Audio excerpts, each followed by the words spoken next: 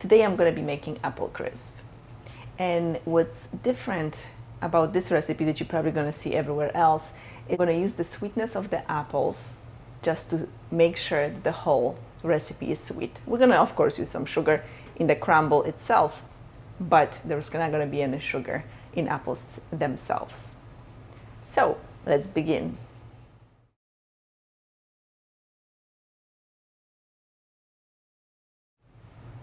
If this is your first time here, welcome. My name is Anita and I absolutely love food. I create videos of your favorite foods and desserts, allowing you to eat whatever you want, whenever you want, simply by counting calories.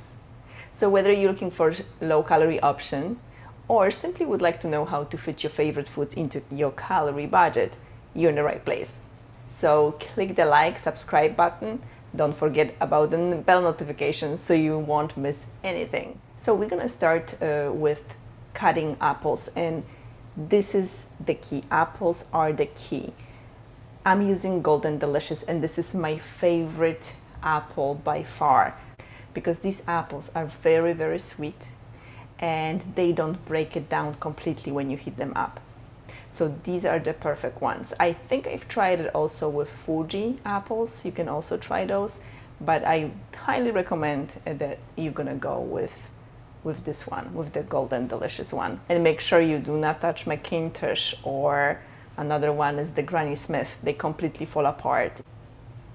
I'm simply gonna start with cutting apples. So I'm not going to peel them. I'm just gonna leave them like they are. I'm just gonna take the core from the inside. And if you'd like to peel them, if you don't like the skin, you can definitely go ahead and do that. I just like the extra texture.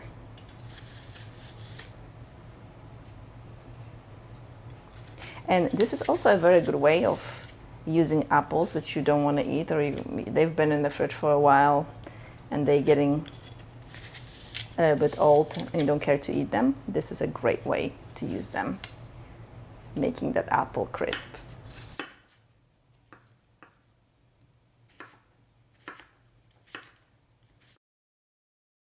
I have here small cast iron skillet, about 6.5 inches in diameter. Make sure the skillet is not too hot, and once you add apples, reduce the heat to minimum.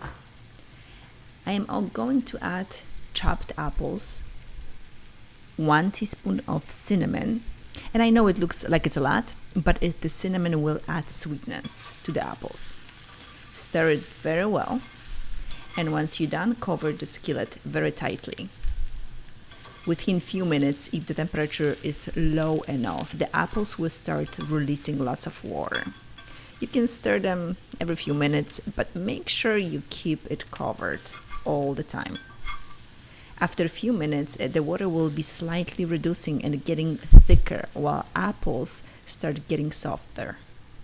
By preparing apples this way, the apples are getting sweeter. I do not know why, but they do. So while the apples are getting ready, it's going to take about probably 15 to 25 minutes. I'm going to prepare the crisp, the crumble itself. And I'm going to use here a half a cup of oats. That's about actually a little bit more, 54 grams I think I have here of oats. And I have here 1.5 ounces of all-purpose flour and 1 ounce of brown sugar. You can use regular sugar. I just like the brown sugar for some reason more in this particular recipe. And I'm gonna add a little bit of salt, maybe 1/4 teaspoon of salt, just for the flavors to marry, and butter. I'm gonna use for this one 3 tablespoons of butter. And make sure you use butter that is on a softer side and work it into the flour and oats. And this texture looks just right. Let's check the apples again. They look like they are ready to be dressed with the crumble. Make sure you do not overcook the apples. You want them to be softened and the liquid still there.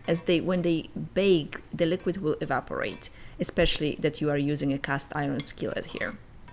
If you overcook the apples, they will become very dry, and when you take them out of the oven, they're not going to be that great.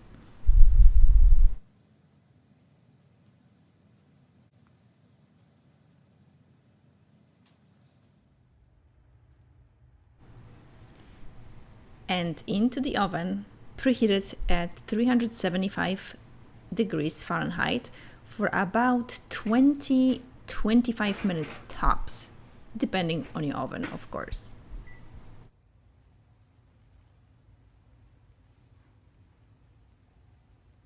And I'm ready to eat it. I like to eat it hot with a little bit of Greek yogurt, or if you'd like to splurge, you can definitely eat it with ice cream or with homemade whipping cream.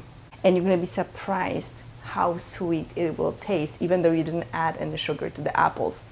It's amazing. You can even reduce the sugar if you'd like as well. And if you'd like to use a different crumble, like if you'd like to add more items like walnuts, pecans, any type of nuts that you like, feel free to do that as well. This recipe will serve 3 people.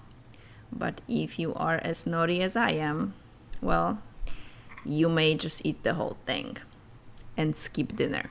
But I didn't say that. Let me know in the comments below how you like to eat your apple crumble. Ice cream, maybe whipping cream, or have you ever tried Greek yogurt like me? If you like this video, click like and subscribe button for more recipes, and I will see you on the next one.